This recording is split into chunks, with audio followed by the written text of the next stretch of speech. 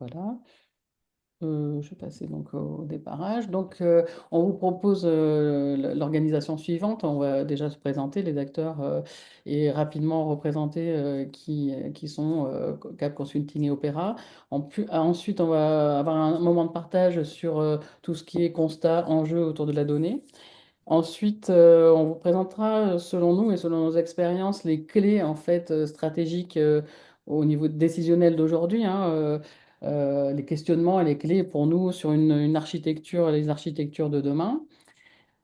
Et finalement, une architecture décisionnelle de bout en bout. Et ensuite, on passera à une démonstration d'un outil d'analyse avancé qu'on a choisi et qu'on expérimente déjà dans quelques SDIS. Et puis, on terminera par une conclusion tous ensemble.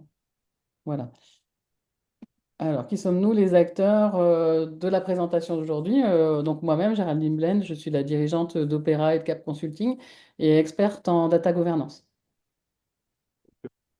Donc, à mon tour, je me présente rapidement. Je pense que certains d'entre vous me connaissent. Je suis le fondateur historique de Cap Consulting.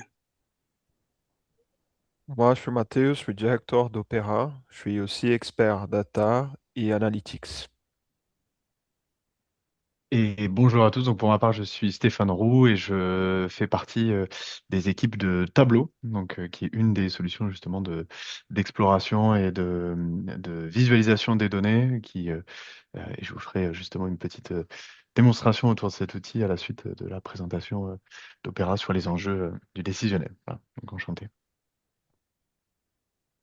Très bien. Donc, avant tout, L'intervenant, voilà, je vous laisse la l'intervenant parole, légitime. voilà, Oui, la parole à Gilles. non, c'est effectivement juste pour évoquer que Cap Consulting, et donc moi-même évidemment, nous sommes ancrés dans l'histoire des SDIS depuis 26 ans, en ayant finalement accompagné ce qu'on a le processus de départementalisation qui fait des SDIS ce qu'ils sont aujourd'hui, des services départementaux d'incendie et de secours. Euh, En effet, la mise en œuvre de cette départementalisation, donc au début des années 2000, le périmètre de ces organisations a complètement changé à ce moment-là, à tous les niveaux, et notamment en termes de système d'information. En réalité, la page était blanche, tout était à faire pour doter les métiers d'outils leur permettant d'administrer le quotidien, et les SDIS et les directions de groupement et direction générale des SDIS de les doter d'outils de pilotage. C'est comme ça que j'ai été à l'origine de la création de la solution Oxio, donc je pense que certains d'entre vous la connaissent, peut-être même la pratiquent. Euh, et c'est comme ça aussi que on a pu vivre l'évolution des besoins en matière de système décisionnel. Donc voilà, ces 26 ans d'expérience nous ont permis nous d'acquérir finalement une connaissance très fine des réalités opérationnelles et managériales des SDIS, d'avoir une compréhension finalement, je pense pouvoir dire approfondie des attentes des directions, des groupements, de l'opérationnel, du terrain, des services supports, et puis une vision lucide de ce qui fonctionne durablement, puisqu'on a aussi connu des échecs, et de ce qui atteint aujourd'hui des limites. Voilà, donc on a une vision, je pense, assez de systèmes d'information en général et des systèmes d'information décisionnels en particulier. Donc voilà, donc juste pour introduire finalement ce webinaire, je trouve qu'il est toujours intéressant de prendre un temps de recul, enfin, aujourd'hui peut-être plus que jamais, devant l'ampleur des propositions du marché, de prendre un temps de recul en essayant d'apporter une vision, j'allais dire, la plus pragmatique possible sur l'évolution des besoins, parce que les systèmes dans 26 ans ont pas mal évolué, les besoins ont évolué, les besoins de pilotage des SDIS, structurants qui ont pu être faits au fil du temps, les limites qu'on a pu rencontrer et les enseignements qu'on a pu en tirer, et puis bien sûr les perspectives actuelles avec, bah, je viens de l'évoquer, des nouvelles approches, notamment ou des approches plus prégnantes qu'hier en matière de gouvernance de données, de qualité de données, pour arriver à finalement, de modernisation des données au bout du chemin, finalement, à construire des systèmes qui sont fiables. Voilà. Donc voilà, c'était juste une petite introduction et pour évoquer d'où on part. Et effectivement, dans l'univers des SDIS, on a vraiment, comment dirais-je, accompagné toute l'évolution des systèmes et des besoins, du coup, dans ce cadre. Très bien, merci, merci Gilles. Donc, je vais prendre la suite. Très rapidement, connaissez pour certains l'une ou les deux entreprises. Donc, c'est des entreprises qui ont des intérêts communs, hein, puisque Opéra a racheté une partie de Cap Consulting il y a plus d'un an. Voilà, deux cabinets, on résume à deux cabinets avec des gens plutôt d'expérience, qui ont plus de 20 ans d'expérience et avec une couverture quand même assez certaine d'expérience dans les SDIS, comme on peut le voir ici. Rapidement, notre offre que vous connaissez sûrement, c'est l'offre de conseil, hein, c'est des accompagnements de projets d'établissement, mais aussi des audits organisationnels, métiers, systèmes d'information et des audits flash qu'on fait aujourd'hui et beaucoup d'élaboration de schémas directeurs, mise à jour de schémas directeurs, feuilles de route et des missions d'assistance maîtrise d'ouvrage. Donc très liées de l'organisation, ça passe tout seul, de l'organisation au métier, d'être lié au métier des SDIS et au système d'information qui vient mettre en œuvre en fait les processus. Mais ce que vous connaissez peut-être un peu moins pour certains, c'est cette offre de services autour de la data où on traite aujourd'hui, nous, le cycle de vie complet de la donnée, hein, de l'inventaire de la donnée jusqu'à la mise en œuvre de la partie décisionnelle. Ça passe tout seul, je reviens. De la partie décisionnelle, voilà, de bout en bout, et aussi ces expertises autour de l'automatisation de processus, de la relation client et de la cybersécurité, aussi bien dans les systèmes de formation que au niveau comment dire, des actifs industriels. Je dis parce que Opéra et Cap, c'est aussi une expertise 10 secteur public, mais aussi une expertise dans le privé. Bon, je crois que j'ai un mécanisme qui fait que ça passe tout seul. Voilà, donc, et je souligne ce que disait tout à l'heure Gilles, ce qui, je pense, l'atout en fait des structures, c'est aussi cette approche, ces experts pluridisciplinaires, aussi bien avec des connaissances métiers que outillage d'automatisation. Voilà, rapidement nos partenaires, donc on est très cadré, donc sur la partie basse plutôt technologique, on est très cadré aussi avec des partenaires connus en fait des SDIS, voilà, et des partenaires plutôt conseils, et nous on est partenaire Salesforce depuis à peu près 8 ans aujourd'hui. Voilà, on va passer à un nouveau paragraphe, donc on voulait vous retracer les enjeux de la donnée, en fait, les constats et les enjeux. Donc j'avance. Aujourd'hui, voilà, il y a un manque effectivement de vision transversale, hein, des fois des données qui sont cloisonnées, des données historisées. Il y a aussi un manque de fiabilité, ça revient assez souvent, parce que ce que je voulais dire, c'est qu'on a fait déjà, on est à une petite dizaine d'audits autour de la data et du décisionnel dans les différents SDIS, des gros, des petits. On voit aussi des problématiques de coûts élevés, c'est ce qui nous revient, des coûts d'investissement et de fonctionnement élevés. Une autonomie aussi, on reparlera de ces points-là après, sur les solutions limitées des métiers, où quand ils utilisent, c'est un peu anarchique et on est hors cadre sécurité, conformité et efficience finalement. Une perte de connaissances, ça, due à un peu de turnover, etc. Il y a aussi, pour ceux qui ont Oxio, il y a un modèle documenté, mais aussi on a une perte de connaissances sur tous les usages autour du pilotage de la donnée. Ça se disperse, hein, voilà.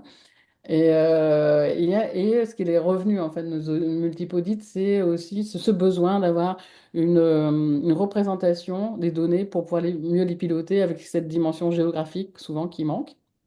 Voilà. Du coup, ce qui était relevé assez largement, c'est en termes d'objectifs, c'est élargir donc les capacités de pilotage de la donnée. Puisque la donnée, c'est vraiment transverse, donc c'est pilotage opérationnel, managérial, de la direction, mais élargir, où des fois on est limité, même pour des gens qui ont Oxio, qui utilisent plutôt la brique Ops et RH, mais pas le reste, voilà. Améliorer la qualité, bon, plus largement la fiabilité, c'est-à-dire qualité de la donnée, pour nous, c'est évidemment la qualité de la donnée, mais sa mise à disposition, c'est important, des fois on a besoin quand même, bah, c'est pas du temps réel, mais on a besoin de réagir dans l'urgence, d'avoir des indicateurs dans l'urgence. Bon, la réduction des coûts, c'est une évidence. Pas seulement par des coûts comment dire, d'investissement ou de fonctionnement sur des licences, mais on a au fil de l'eau développé sur certains, beaucoup d'usages, beaucoup de requêtes, etc. On arrive à des besoins de rationaliser, hein, parce que tout ça, bah, c'est de l'espace disque, etc. Bon, bref. Gérer la sécurité et la confidentialité, ça, c'est pas implicite, hein, on a quelque chose, quelques éléments, mais c'est vraiment pas implicite. Voilà, ce qu'on disait tout à l'heure sur des constats, on a besoin d'une data visualisation plus adaptée, avec des aspects plus cognitifs.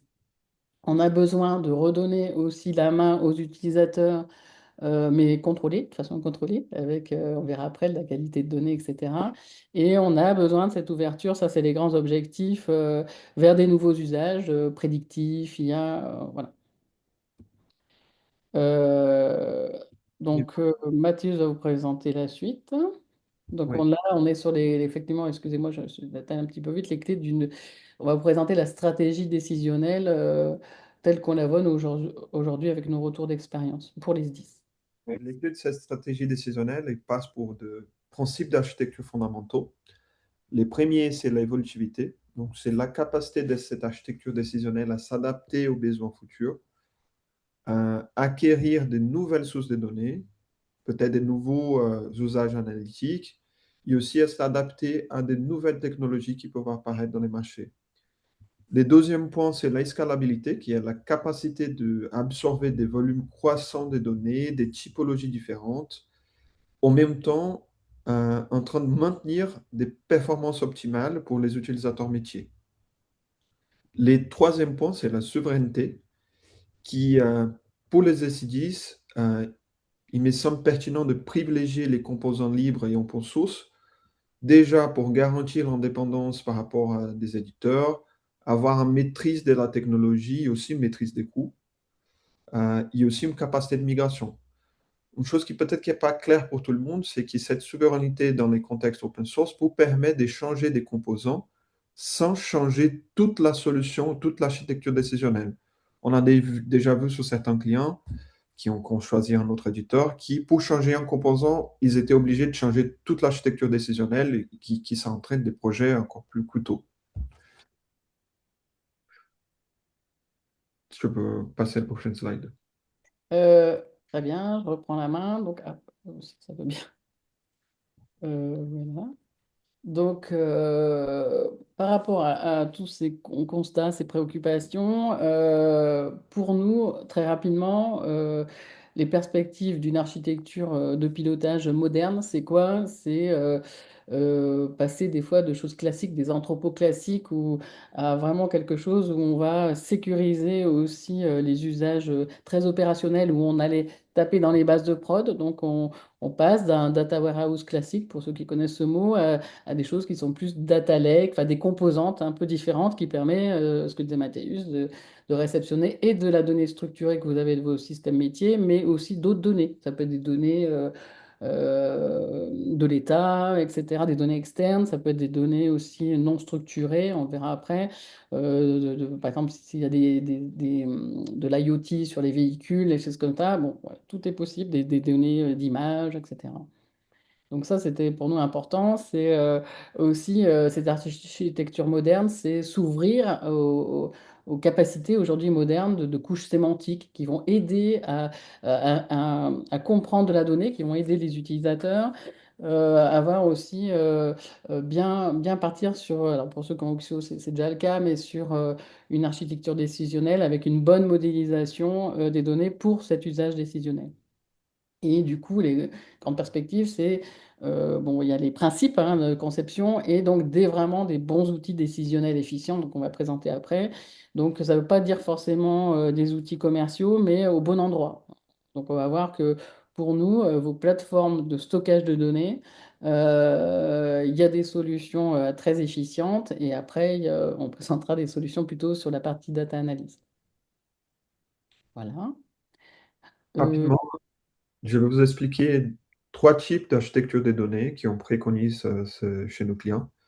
La première, c'est l'architecture data warehouse classique, qui est déjà utilisée sur quelques S10, qui est une architecture traditionnelle, qui est concentrée sur les données structurées. On a un process d'ETL pour transformer la donnée, l'agréger, ajouter les règles métiers et aussi assurer la qualité.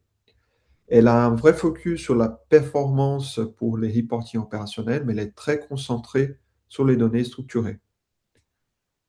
Les deuxièmes types d'architecture qu'on préconise aussi, c'est une architecture plutôt hybride, qui elle est un peu plus évolutive, qu'elle va utiliser la performance de Data Warehouse que je viens de vous expliquer, mais aussi avec la flexibilité de Data Lake, qui va recevoir non seulement les données structurées, ça veut dire toutes les données qu'on peut mettre en forme de table, mais aussi les données non structurées, semi-structurées, qui, par exemple, comme Géraldine a parlé, des données de capteurs, des données des images, des données liées au son, voilà, une infinité de types de données différentes qui peuvent être aussi intégrées dans la data lake, qui sont très utilisées pour l'IA et pour les machine learning aujourd'hui. Les troisièmes types d'architecture qui ont déploie dans les marchés fréquemment, c'est la data lakehouse, qui est tout simplement, comme nous informaticiens, on aime bien créer de nouveaux produits, c'est l'unification de data lake avec le data warehouse dans une plateforme unique, où les data analystes et les data scientists vont pouvoir travailler sur cette même plateforme pour sortir soit des analyses standards ou des modèles de machine learning et des d'IA basés sur cette plateforme. Ok. Juste pour donner, expliquer, donner un exemple de comment met en place cette architecture, dès le départ, on met une couche de gouvernance qui est là pour garantir toutes les règles de conformité, soit RGPD, soit les règles de conformité liées à votre secteur d'activité, mais aussi toute la notion d'administration, de gestion de métadonnées, qui est les responsables pour la donnée, qui sont les utilisateurs, qu'est-ce qu'ils peuvent accéder, quand, pourquoi. Il y a aussi l'idée de traçabilité de la donnée pour éviter d'avoir la donnée fiable dès le départ jusqu'à l'utilisation de KPIs, évitant la duplication de la donnée, une compréhension profonde de votre patrimoine de données. Ouais, Et je comment comprends. ça... Vas-y. Excuse-moi. Je vais peut-être un peu compléter. Là, on vous présente un schéma qui résume un peu.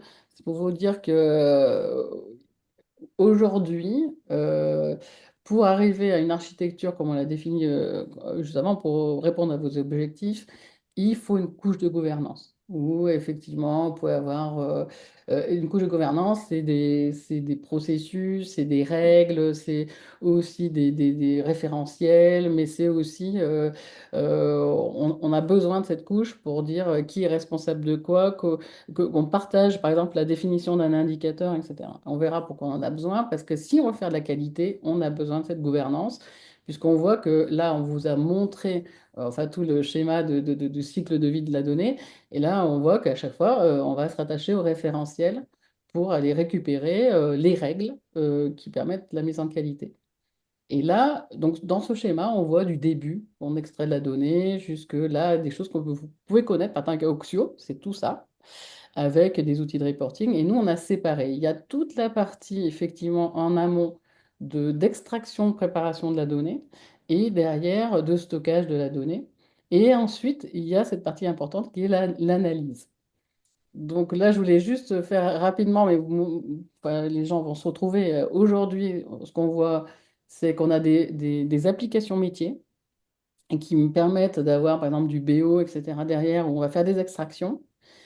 Et donc les gens font leurs extractions et ils vont aller chercher, donc ils prennent du temps à préparer de la donnée, ils vont aller chercher d'autres extractions, etc. Ils font leur moulinette les métiers ont une certaine autonomie pour faire du pilotage de la donnée, mais ils travaillent beaucoup en extraction, reconsolidation, etc. de leur côté. Si vous rentrez dans un système, et donc ça, ce qui est très dangereux, c'est qu'en fait, on est sur des données qui ne sont pas mises en qualité forcément, et puis qui ne sont pas contraintes à tout ce qui est sécurité, etc. Et on a des gens qui passent beaucoup de temps à préparer de la donnée. Nous, enfin, une plateforme décisionnelle est là pour redonner la main aux analystes. On prépare pas, on pilote avec la donnée. Donc là, nous, bon, ce qu'on a déjà rencontré plusieurs cas, c'est au lieu d'avoir qu'aujourd'hui, pour ceux qui ont un système décisionnel, une extraction de données, de bases de données internes, je prends le cas d'Oxio, hein, Ops, machin, où on extrait, on transforme un peu et on réinjecte dans des bases de données, on va commencer à exploiter. Eh ben, nous, ce qu'on dit, c'est qu'il faut aujourd'hui, dès à présent, il faut vous soucier aussi des données externes. Moi, nous, on a rencontré dans des SDIS où les données externes, c'est souvent le SIG, en fait, qui a des données de localisation, de département, etc. Et des fois, moi, j'ai observé des métiers comme la RH, par exemple, qui a besoin de croiser ces informations RH avec des données externes.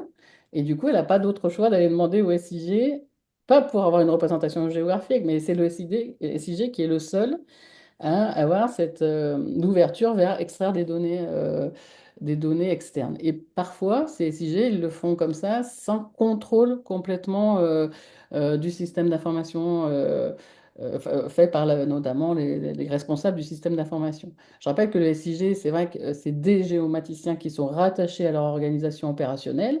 Mais à partir du moment où ils utilisent un système d'information, l'usage du système d'information, c'est rattaché à la DSI, au responsable de l'informatique, et puisque ça doit rentrer dans un cycle. Donc, ce qu'on vous présente ici, c'est effectivement cette capacité à avoir des données internes, comme vous avez beaucoup aujourd'hui, des choses externes, puis des choses beaucoup moins semi-structurées, sur, par exemple, des capteurs, des informations issues de capteurs, et puis des données complètement non structurées.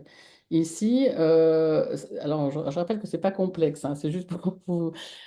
Derrière ça, on a une forme d'outillage d'extraction, d'ingestion, mais quand même avec des contrôles. On a des contrôles techniques là. Et du coup, on met ça dans un data lake. Et aujourd'hui, ce data lake, c'est une source de données que vous pouvez exploiter directement. Mais au moins, elle est garantie, elle est tamponnée, elle est garantie, elle est tamponnée sur la partie RGPD, sur la partie sécurité. Et puis, on a un contrôle plutôt technique, en fait, des formats de données, etc. Donc, on a un certain niveau de qualité.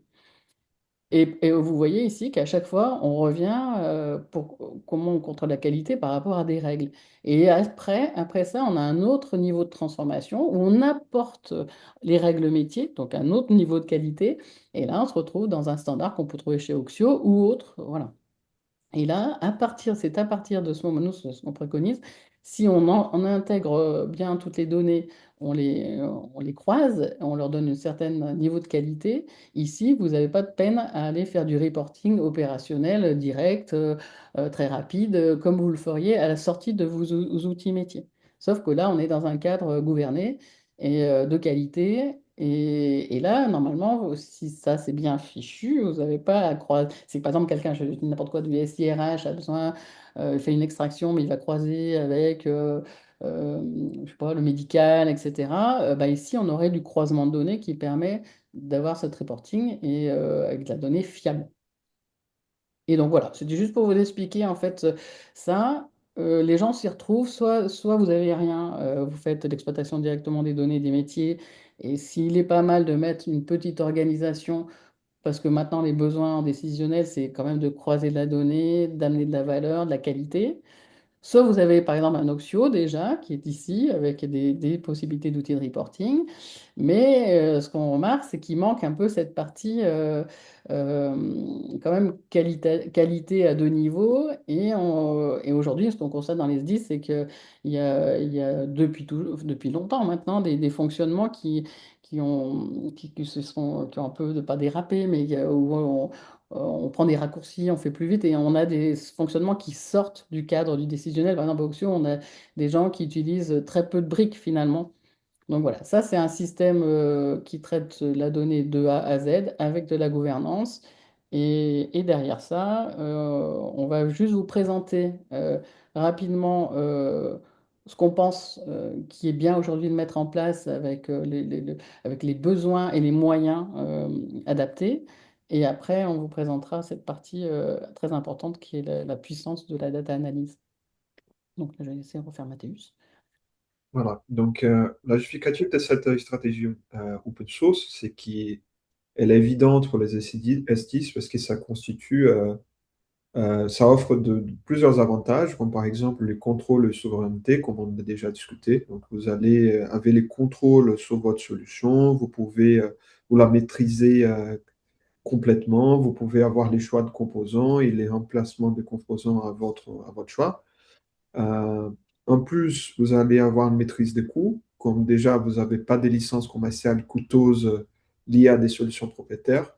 Vous pouvez concentrer ces budgets pour l'accompagnement, pour allocation de ressources, allocation de ressources financières qui sont limitées sur des personnes, du personnel compétent, ainsi de suite. Et aussi, cette solution open source, elle n'est pas limitante. C'est important que vous le sachiez qu'elle est préparée pour l'évolution. Donc, on choisit des composants qui sont utilisés par des outils propriétaires dans les marchés. Donc, si vous avez dans le futur le besoin de changer sur une solution propriétaire, les choix des composants open source sont aussi utilisés sur ces solutions propriétaires qui permettent de faire une transition plutôt simple vers une solution de marché. Et donc, pour terminer cette première partie, on vous a présenté donc, tous les constats, les principes, jusqu'à l'entrepôt de données avec sa gouvernance qui me semble importante. Là, on passe à l'outil de visualisation. Donc, on a souhaité vous présenter l'outil, un cas d'usage avec l'outil Tableau. Et là, on change complètement pour nous d'enjeu avec une autre logique. Pour nous, la visualisation. Donc ça, c'est ici un peu des retours qu'on a eu terrain aussi. C'est il faut l'outil de data analyse, il est très important. Et aujourd'hui, il y a des outils avec une certaine puissance. On peut pas passer outre. C'est-à-dire que bah, si on a besoin de faire de l'analyse avancée, donc on a besoin de bons outils pour qu'il y ait des capacités d'analyse avancée, des explorations multi-axes, etc. Faire de la simulation. On a besoin des outils qui nous permettent d'avoir une représentation géographique aussi des données, parce que des fois, en termes de décision, c'est plus facile d'avoir statistiques de trucs par département sur une carte, voilà.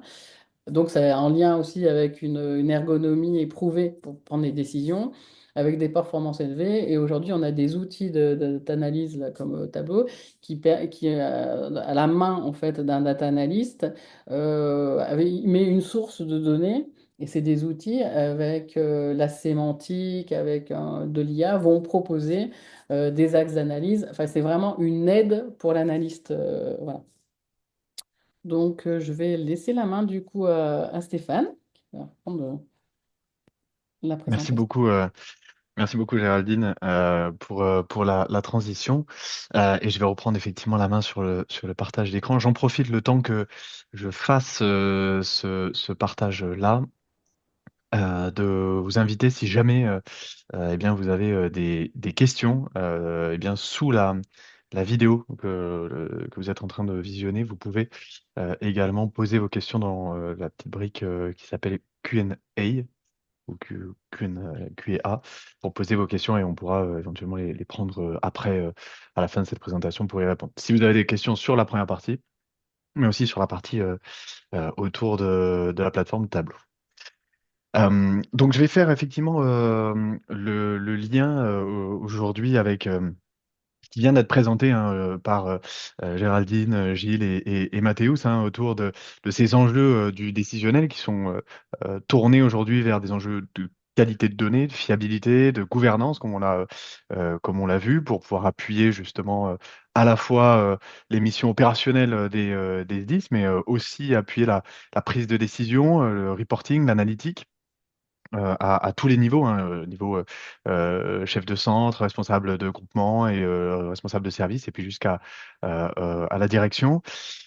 Et donc, nous, on vient justement compléter en fait dans ce dispositif du décisionnel avec cet outil d'analyse des données et puis de visualisation des données. On vient compléter cette échelle et cette stratégie pour venir permettre d'être l'interface finalement entre vos données, une fois qu'elles sont bien orchestrées, et puis l'utilisateur final au sein du SDIS, qu'il soit encore une fois un utilisateur terrain ou un utilisateur dans les services ou à un niveau de direction justement.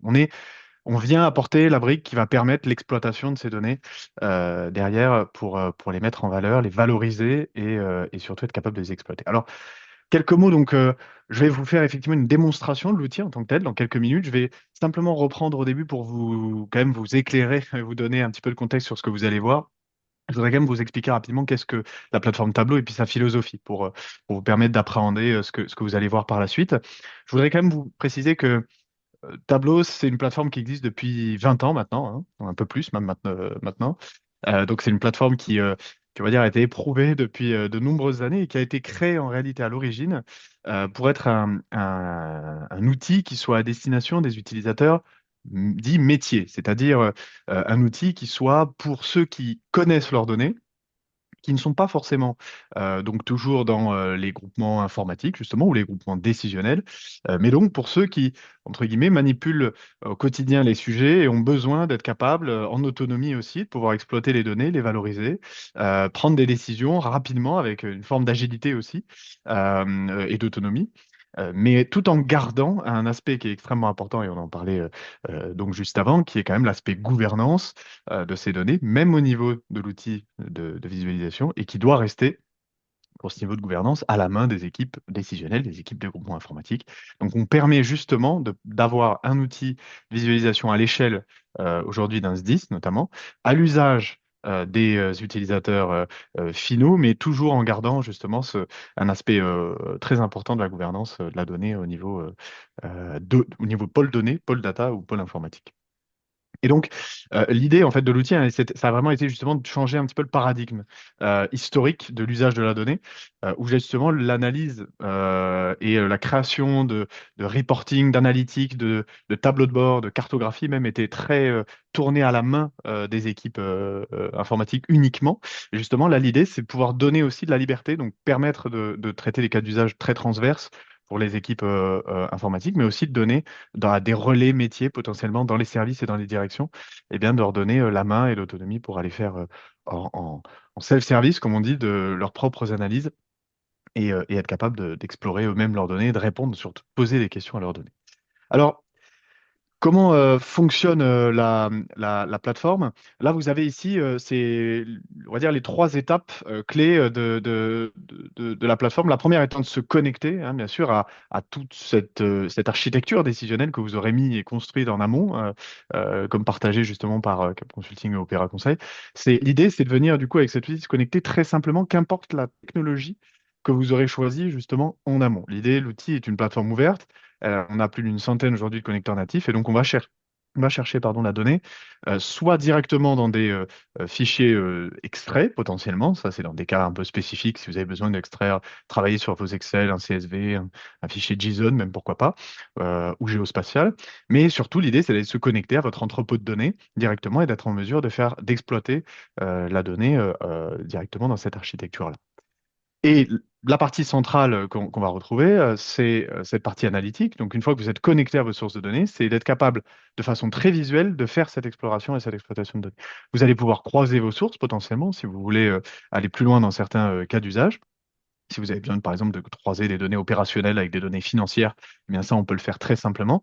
Et derrière, c'est de donner la capacité aux équipes informatiques de créer rapidement les analyses, potentiellement. Donc, dans les équipes de data analyst, par exemple, d'être capable d'aller plus vite parce qu'ils auront un outil à disposition qui est agile et qui est facile de prise en main, mais aussi, comme je le disais, de donner la main potentiellement dans les directions derrière avec plus d'autonomie. Donc, l'idée, c'est autonomie, agilité, facilité de déploiement et tout ça sur des cas d'usage qui sont transverses, de la finance et des RH, entre guillemets, pour les fonctions support, jusqu'à du reporting opérationnel pour les chefs de centre.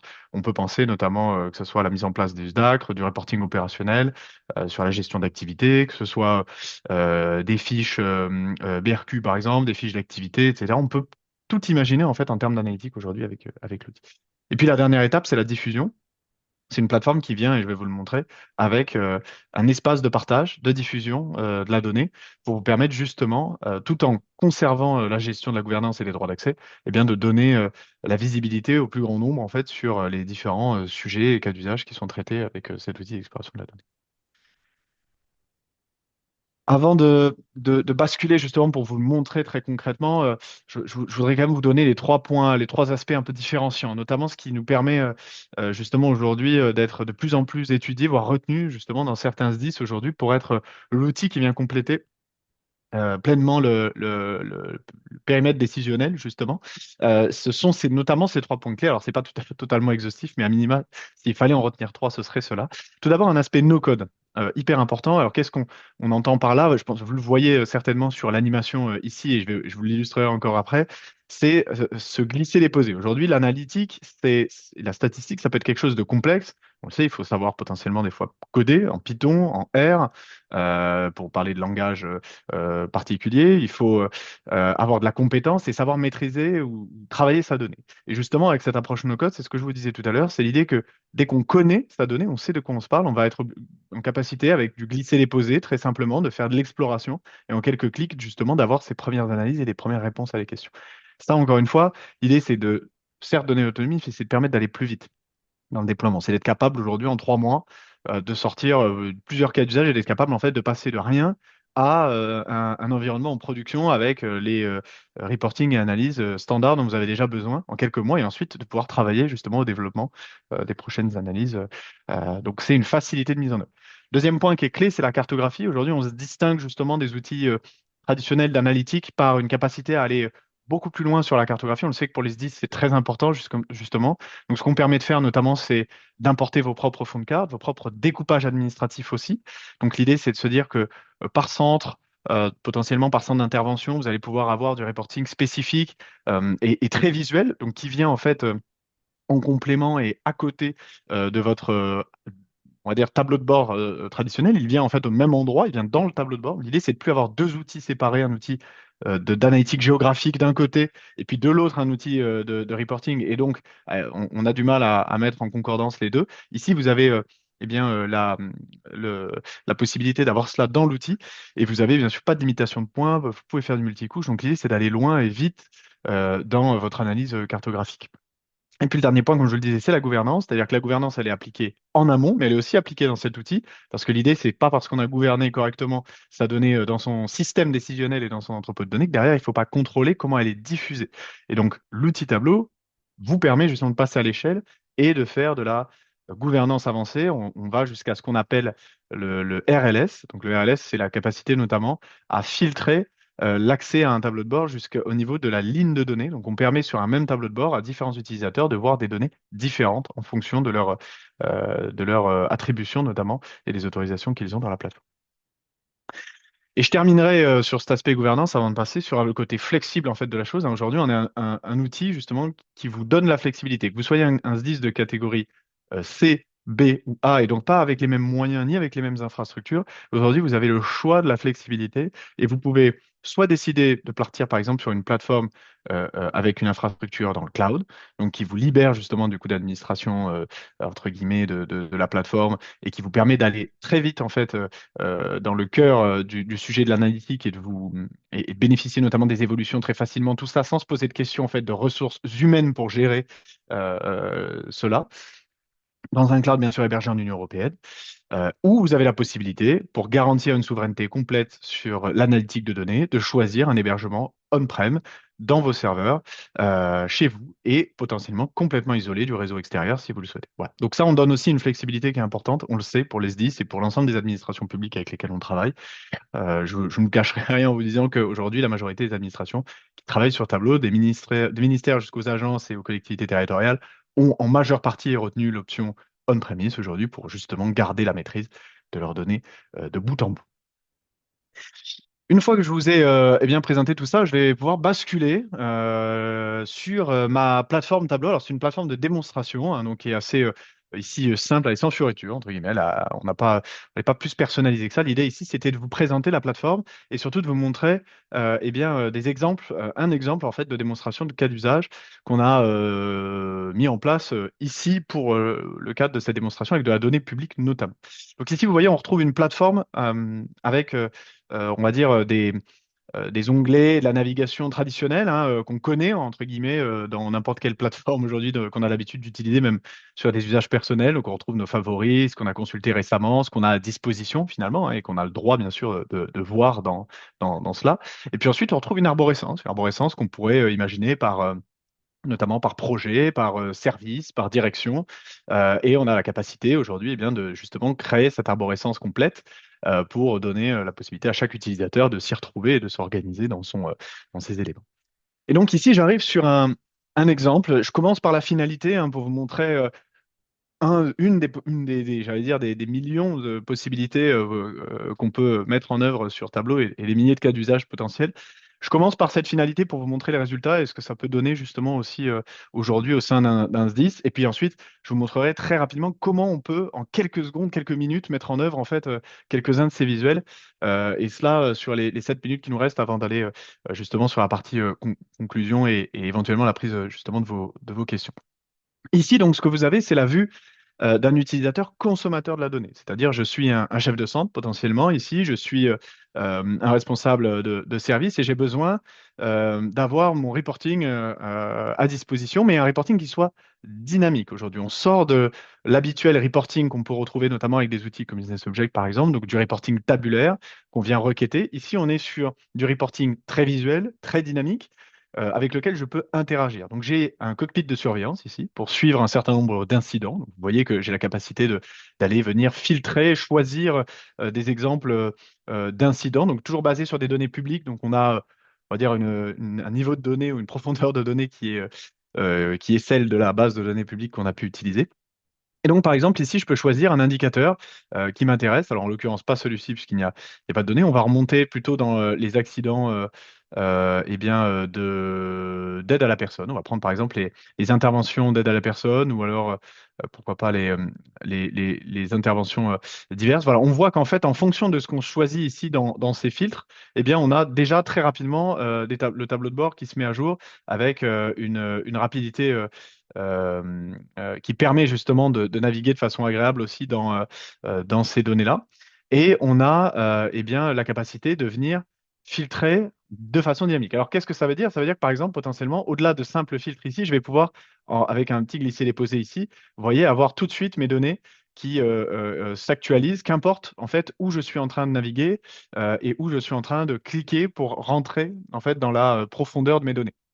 Ça permet notamment d'avoir des tableaux de bord aujourd'hui qui sont eh bien, avec une vue d'abord macro et puis ensuite qui vont me permettre de rentrer dans de la granularité de plus en plus. Et ça permet notamment aux personnes qui ont besoin de ce reporting-là eh bien, d'aller de plus en plus dans le détail de ce qu'ils sont capables d'analyser et de sortir comme chiffres dès lors qu'en fait, on doit fournir aussi, prendre des décisions en interne, voire même fournir du chiffre en externe à son écosystème. On peut penser au ministère, par exemple, ou à la DGCGC par exemple. Donc, vous voyez ici, il suffit très simplement, en quelques clics, de retrouver ces indicateurs. Et on voit notamment que quand je mets à jour aujourd'hui mes filtres, à la volée, j'ai par exemple des indicateurs de comparaison ici qui se mettent à jour. Donc très simplement, en fait, en 3 clics, j'ai la vue de mes données et de ce que je peux en faire et de comment je peux sortir justement des analyses de là très simplement.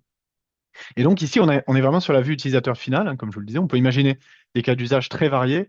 Comme je vous le disais, on va du contrôle de gestion finalement jusqu'au suivi du nombre d'engins intervenus sur le territoire, par exemple, et puis notamment la charge opérationnelle que ça représente. Donc on peut vraiment aller sur des cas d'usage très variés. Et ici, vous voyez, je suis notamment identifié hein, avec mon identifiant, ce qui me permet de savoir à quoi j'ai le droit d'accéder. On peut bien sûr s'abonner hein, aujourd'hui pour recevoir très régulièrement en fait ces rapports dans sa boîte mail. On peut aussi faire de la surveillance en mettant en place des alertes proactives quand on est en train de surveiller notamment un certain nombre de données en direct pour faire de la surveillance, puisqu'on peut connecter Tableau en direct à des bases de données. Si on veut piloter en temps réel, eh bien certaines évolutions d'intervention, on peut aussi le faire et être alerté en cas de dépassement de seuil notamment. Je vais maintenant basculer dans une vue eh bien, euh, amont, la vue création en fait, de ce tableau de bord pour vous montrer très rapidement comment on peut mettre en place en fait, un certain nombre d'analyses. Alors, ici, vous le voyez, là, j'ai le tableau de bord, je suis dans les coulisses, hein, dans le comment on met en place ce tableau de bord. Vous voyez que ce sont des blocs qu'on met en œuvre et qu'on positionne en glisser-déposer. Donc, encore une fois, on facilite grandement la mise en œuvre du tableau de bord et sa conception, parce qu'aujourd'hui, on n'a toujours pas besoin de code pour mettre en place tout ça. C'est du glisser-déposer. Et je vais vous montrer, par exemple, comment, en partant d'une feuille blanche, ici, avec ma liste d'interventions, je vais pouvoir créer une cartographie des régions ou des départements très simple. Et regardez, je vais vous montrer. Moi, ce qui m'intéresse aujourd'hui, c'est de voir par exemple, eh bien, les éboulements, en espérant qu'il y ait un peu de profondeur de données justement là-dedans, et la répartition des interventions pour éboulement qu'on a fait dans chaque département. Alors, je vais double-cliquer, vous voyez, sur département. L'outil automatiquement reconnaît mes départements. Ici, il est capable de les positionner sur une carte. Alors, on a juste des points pour l'instant, parce qu'on n'a pas de données de ce qu'on appelle de mesure en face qui vient eh bien, filtrer ou donner une indication. Et donc, très simplement, je vais pouvoir aller donc j'ai parlé des éboulements tout à l'heure. Je vais double-cliquer sur mes éboulements, très simplement. Et l'outil va automatiquement me faire une première suggestion. Il va adapter eh bien ici des repères sous forme de bulles que je vais pouvoir potentiellement agrandir si je veux y voir un petit peu plus quelque chose et me rendre compte vraiment des écarts et des éléments qui ressortent sur ma cartographie. Et donc là, ça m'a pris déjà 2 clics potentiellement. Alors si on considère des doubles clics, on va dire 4 clics. Et vous allez voir ici que l'outil peut très facilement en fait me proposer des nouvelles façons de représenter mes données. Ici, j'ai une mesure et une dimension. Eh bien, je peux très facilement en fait faire une carte à plat, par exemple, à plat de couleur, que je peux évidemment personnaliser. On peut imaginer qu'on peut changer la plat de couleur comme on le souhaite. Et j'ai très vite une représentation, cette fois colorimétrique, de mes sommes d'intervention sur des émoulements. Donc, ça me permet de voir très vite quels sont les départements sur lesquels j'ai eu le plus d'interventions. Potentiellement, si j'ai besoin de voir ce chiffre apparaître aussi plus rapidement que lorsque je passe la souris, je peux aussi reprendre les éboulements et puis décider d'en faire un affichage sous forme d'étiquette, par exemple. Donc ici, je vais avoir très simplement, encore une fois, avec un glisser-déposer, mes éboulements qui vont apparaître sur ma carte. Et puis, je peux aussi compléter en me disant que je veux potentiellement le nombre d'incendies qui apparaîtra en infobulle, parce que si je passe ma souris par-dessus, eh bien, je veux avoir le nombre d'incendies qui apparaît. Donc, quand j'ai des données, en l'occurrence, hop, ici en Haute-Loire, par exemple, j'ai 2419 interventions pour incendie. Vous voyez que je le vois en infobulle ici. Ça m'a pris, là encore une fois, de glisser-déposer pour mettre en place cela. Et ce qui est assez intéressant, sachant que je peux aussi très facilement changer cette visualisation si je veux passer finalement plutôt sur eh bien une vue, on va dire, je vais repartir par exemple de zéro. Je reprends ici mes départements. On va le faire différemment. Je peux double-cliquer là sur mes départements et puis je vais reprendre mes éboulements et je vais lui demander effectivement une vue comme ceci, plutôt voilà, sous forme de cases pour me rendre compte là encore de la proportion que ça représente, mais je peux aussi lui demander évidemment des nuages de points. Alors encore faut-il que ce soit effectivement pertinent, mais on peut l'avoir sous forme bien sûr de liste ici. Et vous voyez que tout ça prend à chaque fois un clic de modification. Donc on est très rapide et on peut bien sûr refiltrer hop, très rapidement ces données ici. Un élément que je voulais vous montrer aussi très rapidement, c'est que je vous parlais du reporting tabulaire tout à l'heure, parce qu'on a l'habitude, souvent on parle ici de tableau de bord, de visualisation dynamique, mais c'est vrai qu'on a aussi de l'habitude dans les SDIS, mais dans les administrations aussi de façon très plus générale, on a l'habitude d'utiliser du rapport qu'on vient requêter, comme on dit, c'est-à-dire on a un rapport tabulaire et on se dit que voilà, on a besoin aussi d'extraire un certain nombre de données. Est-ce que Tableau, on peut se poser cette question, on nous la pose souvent, c'est pour ça que je me permets de l'aborder ici. Est-ce que Tableau aujourd'hui permet de faire les deux? Est-ce que Tableau permet notamment de garder cet usage historique dont on a l'habitude? Eh bien oui, je voulais vous le montrer ici. Vous avez par exemple ici la liste de départements que j'ai positionnée. Vous voyez en fait dans mes analyses ici, on peut avoir des analyses cartographiques, comme vous le voyez, en ligne, en barre. Et j'ai ici mis une extension qui est une extension gratuite créée par Tableau qui s'appelle Tableau Table et qui me permet, vous voyez, d'avoir ici un tableau, par exemple, où je vais avoir l'ensemble de mes départements et puis pour chacun la somme de plusieurs types d'interventions que j'ai préparamétrées. J'avais mis les accidents ferroviaires ici, etc. Et je peux bien sûr mettre de l'affichage conditionnel, un peu comme si je traitais ça dans un tableur. Et puis je peux aussi requêter très facilement si je me dis qu'aujourd'hui je veux uniquement les éléments du lot. Eh bien, je peux choisir le lot, voire même le Lot-et-Garonne uniquement. Et donc, vous voyez, en 2 secondes, aujourd'hui, je peux requêter ma donnée et puis potentiellement l'extraire sous forme d'Excel. Donc ça, vous pouvez le mettre à disposition, en fait, directement de vos utilisateurs dans les tableaux de bord, tableaux. Et l'idée, c'est de d'avoir une couverture fonctionnelle qui soit complète, en fait, avec un outil aujourd'hui comme celui-ci. Et avant de repasser la main, je terminerai juste pour vous montrer finalement comment on crée un tableau de bord. Ça va me prendre, regardez, quelques 3 secondes. Et une fois qu'on a créé nos analyses, par exemple, j'ai créé tout à l'heure ce graphique, vous voyez, un simple glisser-déposer me permet de venir positionner mes feuilles les unes par rapport aux autres. Vous voyez ici, et puis je peux activer potentiellement le filtrage dynamique de chacun des éléments. Donc quand je clique à un endroit, eh bien tout le reste se met en forme très rapidement. Donc vous voyez, ça m'a pris là encore quelques secondes. Évidemment, bien sûr, quand on fait du passage en production et quand on fait à l'échelle du SDIS ou d'une administration plus globalement, ça va prendre évidemment un petit peu de temps de construire tout cela. Mais dites-vous que pour un utilisateur qui a envie de faire son exploration de données, c'est ces quelques clics qui lui permettront de construire presque lui-même son tableau de bord opérationnel de son côté. Voilà ce que je voulais vous montrer aujourd'hui pour vous présenter la puissance justement de l'outil Tableau. Et donc n'hésitez pas en tout cas si vous avez des questions à la fin aussi à l'avenir, vous souhaitez justement qu'on puisse vous montrer dans un environnement qui soit celui eh bien, des SDIS, comment on peut justement mettre en œuvre ce type d'outil avec l'aide justement d'Opéra dans le cadre d'une stratégie décisionnelle, eh bien, ce sera avec grand plaisir. Et sur ces bons mots, je repasse la main à Géraldine et à Gilles pour la conclusion. Très bien, merci. Est-ce que vous voyez l'écran où il est marqué 5 conclusions là, pour tout le monde? C'est bon? Tout à fait. Ouais, mais merci. Bon, très bien. Bah, écoutez, merci pour cette présentation. Nous, ça nous a semblé intéressant de vous montrer cet exemple-là, puisque on a pu le constater chez plusieurs clients, c'est vraiment un gain de temps et c'est redonner aux mains d'un analyste, enfin, lui redonner des moyens à la main enfin, du data analyst, en fait, qui n'est pas forcément quelqu'un d'informatique. Voilà, donc en conclusion, Gilles, je vais te laisser commencer, s'il te plaît. Et avant l'intervention de Gilles, j'en profite le temps que Gilles remette son micro parce qu'il est en mute. Il y a une ou deux questions également à la fin qu'on pourra aborder s'il reste deux Voilà, tout minutes. à fait. Bah, Gilles, je t'en prie. juste effectivement, j'essaie de mettre mon micro de la main gauche parce que vous avez vu que j'ai le bras en écharpe.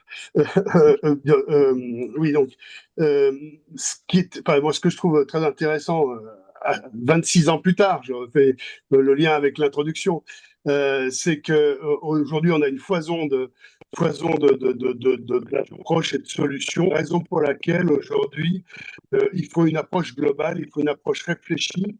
On ne raisonne pas par les outils, même si, alors bien évidemment, des outils sont extrêmement. C'est donné d'abord sur comment je construis mon système d'information. C'est vrai d'ailleurs aussi applicatif décisionnel que pour des. Aujourd'hui, on doit absolument se donner le temps du recul tout simplement parce qu'aujourd'hui, en plus, on articule notre réflexion sur un retour d'expérience de 20 ans. Donc, on sait exactement on sait un peu mieux vers quoi on veut aller, et c'est la raison pour laquelle l'effort reste à faire en lance des données, dans les 10, de, qui, a, qui nous amènera à pouvoir exploiter correctement nos données. Voilà. Après, il y a des outils merveilleux comme celui qu'on vient de voir, mais dès lors reste fiable, ces outils n'en seront que plus, donc ces outils n'en sera que plus pertinentes. Et voilà, juste réfléchir à comment je construis, notamment dans un environnement, et je termine peut-être là-dessus, qui est mouvant, vous le savez tous, où on est confronté au projet, pour certains c'est peut-être à Nexis. Comment demain je me reconnecte à l'environnement ou aux données produites par Nexis, les données à disposition, mais comment je fais pour exploiter tout ça? Aujourd'hui, on doit réfléchir. Je laisse la main maintenant peut-être à Géraldine ou alors aux questions. Je vais conclure rapidement parce qu'il y a quelques questions. Je vais répondre aux questions. Merci Gilles. Donc en fait, là, je voulais juste vous faire un petit résumé effectivement à quoi va ça vous servir une architecture décisionnelle. C'est avant tout, bon, il y a quelques points à retenir pour moi. C'est reprendre le contrôle en fait de cette donnée opérationnelle où aujourd'hui, dans les SDIS, on subit un peu sa donnée, elle est dispersée, elle est difficile à extraire, etc. Donc, l'architecture décisionnelle, vous l'avez compris dans ce qu'on a montré, elle permet déjà de rassembler cette donnée, de la mettre à disposition et mettre à disposition enfin, une donnée fiable et avec une gouvernance, c'est-à-dire des indicateurs qui sont compris et partagés par tous. Le deuxième point pour moi important, enfin pour nous, j'ai pour moi, voilà, c'est passer du reporting en fait de pilotage du reporting vraiment au pilotage en temps contraint, c'est-à-dire avoir une meilleure productivité. C'est-à-dire aujourd'hui, on a des besoins de reporting, on est sous pression dans l'urgence, on a des besoins. Et l'architecture décisionnelle, on pense qu'elle permet vraiment de gagner du temps pour chercher l'information et pour la construire, parce qu'au préalable, elle vous construit votre socle de données et après, voilà, vous avez plus de temps finalement pour agir et arbitrer. La fiabilité de la donnée, c'est extrêmement important. C'est vraiment cette gouvernance qui est au service de l'opérationnel, hein. C'est pas, on subit pas. Aujourd'hui, on a besoin dès le départ d'intégrer cette gouvernance, cette qualité, etc., dès la construction des flux et de sécuriser les accès aux bonnes personnes, etc., garantir la conformité. Le troisième point, le quatrième point, pour nous, c'était donner de l'autonomie au métier. On en a un petit peu parlé, hein, mais pas une autonomie sous contrôle quand même, voilà. Et le quatrième point, c'était préparer les SDIS aux décisions de demain. Voilà, il y a des promesses, hein, sur l'IA, mais attention, on sait bien que sans un socle, comme on disait Thales Mathéus, un data lake, quelque chose de gouverné, il n'y a pas d'IA. Parce que l'IA, si bien le décisionnel, c'est des tendances, puisqu'on a des analyses derrière qui, si la donnée, elle est à peu près, c'est pas grave. L'IA, c'est pas du tout ça. Il faut que la donnée, elle soit de qualité irréprochable. Voilà. Et dernier mot avant de répondre aux questions, parce que c'est des questions qui se posent, hein, on est à l'ère de Nexis aujourd'hui. Euh, Demain, pour ceux qui ont Oxio ou peu importe un système décisionnel, ce qui va revenir de Nexis, bah, c'est une source de données, hein, comme ce l'était avant peut-être un Artemis, etc. Donc, c'est pas un vrai sujet. Si vous avez une organisation de pilotage de la donnée, ça change rien, c'est juste une nouvelle source qui va remplacer une autre. Mais par contre, l'ère de Nexis, c'est quand même très axé sur la représentation géographique, de plus en plus. Et pour nous, il faut que vous ayez des outils comme on l'a montré, par exemple, l'outil Tableau qui est un facilitant vraiment. Enfin, et puis c'est pas, ça date pas d'aujourd'hui. Ça date, nous, on en faisait il y a 20 ans. Déjà, Tableau était très en avant sur la représentation géographique en faisant la différence entre la représentation géographique des données et le SIG, qui est pas, c'est pas la même chose. Voilà. Voilà. Bah, écoutez, je vais répondre du coup aux questions, si on en est notre conclusion. Donc, j'ai eu une première question sur effectivement qui était sur en fait la différence, en quoi on parlait des échanges interapplicatifs, hein, c'est Christophe qui me posait ces questions en parlant des échanges interapplicatifs, de données interapplicatifs, est-ce que le data lake est là-dedans, etc. Donc je vais juste clarifier, là aujourd'hui on présente la partie décisionnelle. Effectivement, on prend des données, on les met dans un data lake pour une utilisation décisionnelle. Les échanges interapplicatifs, c'est un peu différent, hein. C'est souvent des technologies de flux qui font parler deux applications entre elles, mais effectivement, elles passent par la gouvernance dans la mesure où les échanges interapplicatifs aujourd'hui devraient passer par un système de mise en place, enfin, de qualité de données et qui pourrait être mis en place par des référentiels. Je donne un exemple. Si vous avez un référentiel agent qu'on appelle aussi Master Data Management, c'est que on va les récupérer des données RH, par exemple, on va les normaliser, les mettre en qualité, et après elles seront disponibles par exemple, pour la formation, pour le médical, pour la gestion du temps, etc. Donc il y a un mécanisme transactionnel au niveau des applications métiers où effectivement on met de la gouvernance et de l'outillage pour mettre en qualité de la donnée. Mais là, ce dont on parle, c'est le bout de chaîne, hein. On était sur la partie décisionnelle. Il y a des similitudes dans la gouvernance et la mise en qualité, mais on n'utilise pas forcément un data lake pour alimenter des applications métiers. J'espère que j'ai répondu à la question. Deuxième question, vous évoquez, donc c'est David, vous évoquez à plusieurs reprises Oxio. Quel est votre positionnement et vote? Alors aujourd'hui, notre positionnement, bah, comme on vous l'a montré tout à l'heure, hein, c'est que enfin, tout dépend en fait du SDIS, hein, c'est toujours la même chose. En fonction, là, on a fait plusieurs audits où il y a du Oxio. En fonction de l'usage actuel d'Oxio, si les gens utilisent toutes les briques, s'ils ont déjà énormément de développement, si cette brique, la Data Warehouse plaît, notre positionnement, on ne casse pas ce qui fonctionne. Après, elle se pose la question de la partie financière, mais un des positionnements, ça peut être de rajouter cette couche data lake et qualité de données avant.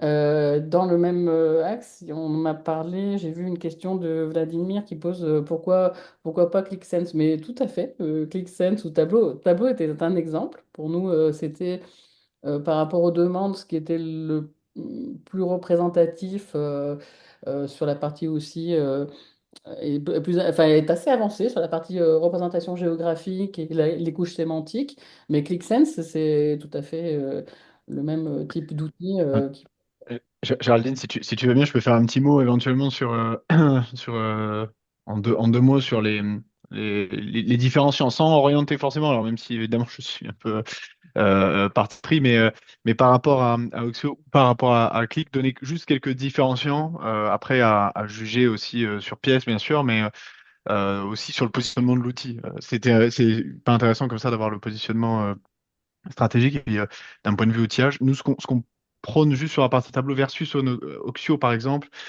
c'est c'est le côté notamment qu'on appelle self-service. Donc, ce que je montrais tout à l'heure, c'est la capacité de donner de l'autonomie en fait aux utilisateurs et donc d'être capable en fait de développer plus rapidement des cas d'usage et de répondre plus vite aux besoins qui sont croissants en fait en matière d'analyse aujourd'hui et d'apporter un côté agile, notamment, je pense, on en parlait là à l'instant, autour par exemple de l'arrivée de Nexis et le besoin de mettre en place un certain nombre de statistiques, etc.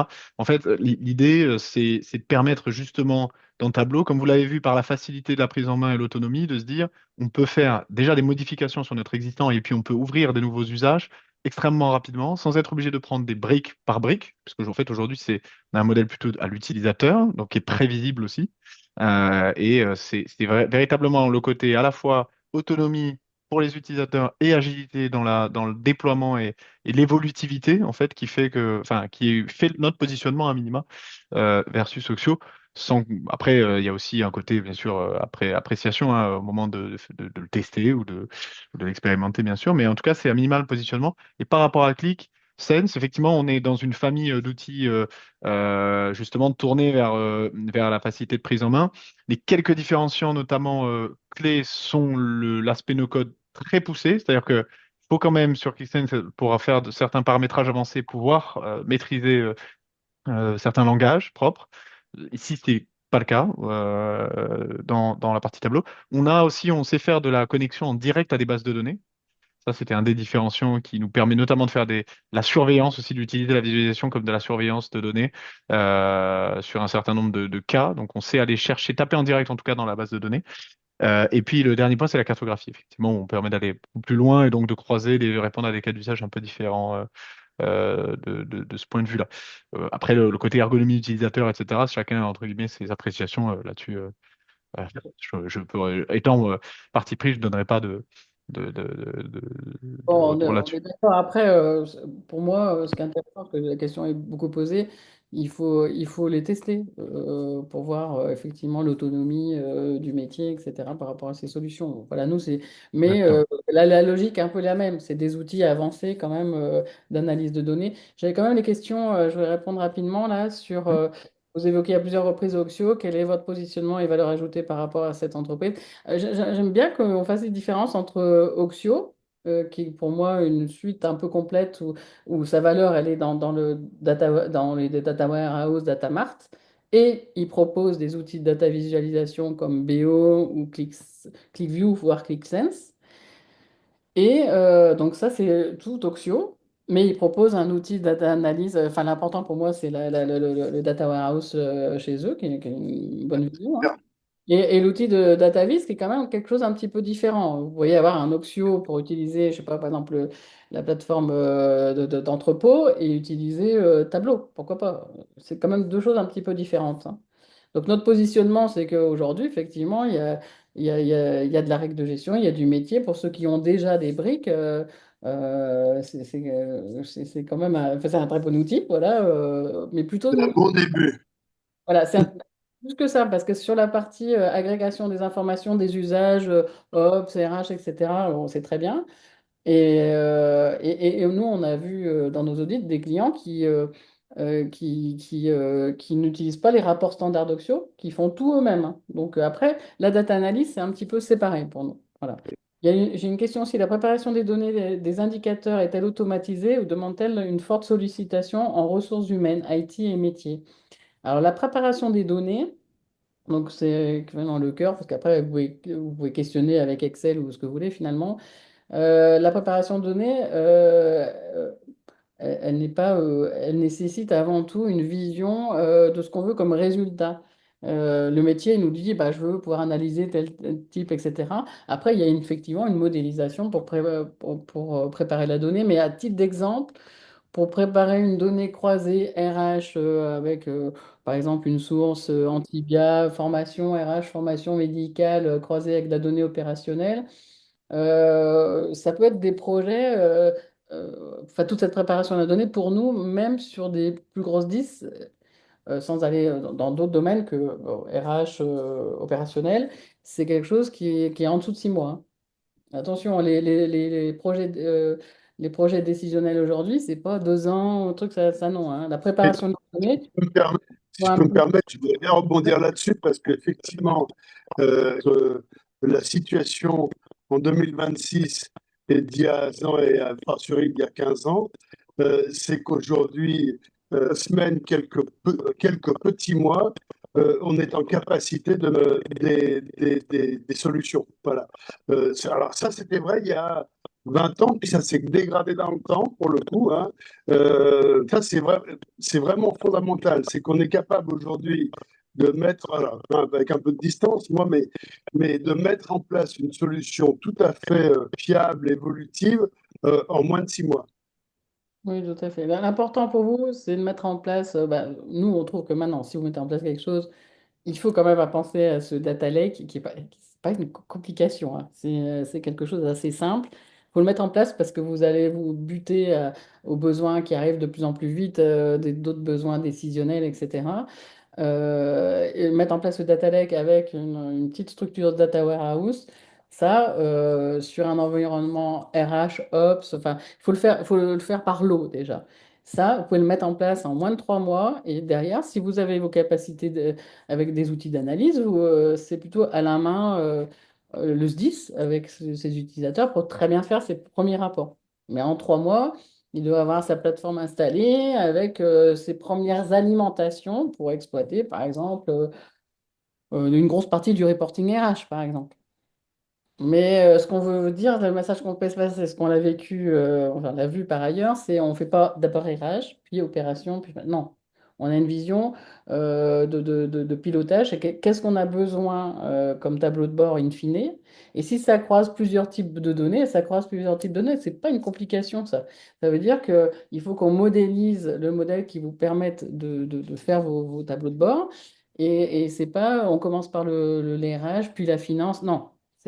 On prend les données nécessaires, c'est systémique, hein, les données nécessaires du SDIS pour mettre en place un entrepôt. Et après, c'est vos cas d'usage. Et comme dit Mathéus, c'est un entrepôt qui est assez ouvert, scalable. Donc, si vous commencez par un petit périmètre RH, je peux dire n'importe quoi, formation, compétences, par exemple, compétences et puis, par exemple, aptitude médicale, si vous, bah, ce périmètre-là, enfin, nous, mesurer, hein, vous avez le périmètre avec les serveurs, le data lake et tout ça. Et après, vous n'avez plus qu'à brancher votre outil d'analyse. En 3 mois, c'est livré. Il faut juste après dire, bah, par exemple, vos premiers tableaux de bord, on l'a fait dans un SDIS enfin, ils l'ont fait eux-mêmes, hein, où ils avaient un délai très court hein, pour reprendre des analyses. Bah, ils ont fait ça en un mois et demi avec les vacances. Ils ont fait ça très rapidement ils se sont engagés sur ce qu'ils estimaient un projet risqué hein, pour faire une petite quinzaine de tableaux de bord avec chacun 8 analyses. Ils ont fait ça en moins d'un mois et demi. Donc, enfin, en un mois et demi, pendant les vacances. Donc, c'est faisable.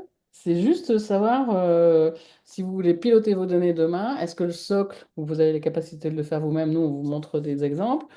Une fois que ce socle est installé, est-ce que vous avez la capacité de faire la data analyse avec des outils comme Tableau qui sont des outils quand même très orientés utilisateurs no code?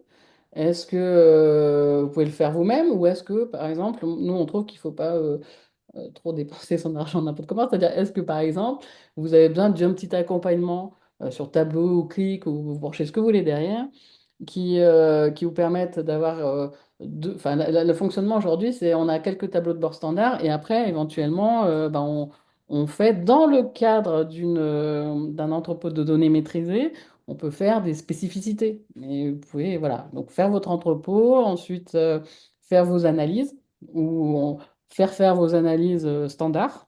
quelques analyses, hein, quelques 5-6 tableaux de bord, et après avoir la main, vous, avec vos métiers, avec vos data analystes, pour développer des analyses, mais cadrées, quoi. Cadrées, sécurité, RGPD, qualité de données. Ça, c'est indispensable. Et après, si vous avez, je sais qu'il y a des groupes d'analyse, enfin de discussion là, sur l'IA, vous avez toute votre organisation qui vous permet d'avoir des données externes, etc., votre data lake, vous pouvez déjà piocher plein de cas d'usage IA. Alors, l'IA prédictif, hein, je ne dis pas l'IA automatisation, par exemple, aller chercher des outils pour automatiser la rédaction des rapports, des choses comme ça, des rapports d'intervention. Je parle de vraiment d'outils prédictifs, etc.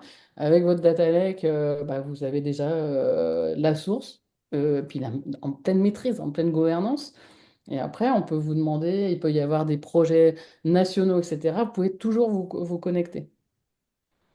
Bon, c'est Ok. pas nickel. Donc, en tout cas, merci pour votre attention et on est tous à votre disposition si vous avez des, des, des volontés de discuter un peu plus en détail de ces architectures décisionnelles. Voilà, on est tout à fait disponible on fait beaucoup d'acculturation, donc il n'y a pas de problème pour échanger 1 heure ou voire plus avec vous sur vos préoccupations à vous. Parce qu'encore une fois, les gens qui me posent des questions sur Oxio, il y a des gens qui ont un Oxio avec juste Ops, il y en a qui ont tout, il y en a qui avec Oxio, ils ont fait 2000 rapports BO. Enfin, tout le monde est différent. Donc, les préconisations ne seront pas les mêmes. Voilà. Et nous vous transmettrons un mail justement suite à ça pour déjà vous remercier de votre participation et on vous transmettra comme ça toutes les coordonnées, notamment de toutes les personnes pour que vous puissiez recontacter derrière si besoin et si vous souhaitez un échange approfondi. Voilà. Donc merci encore pour votre participation. Merci beaucoup. Bonne fin de journée.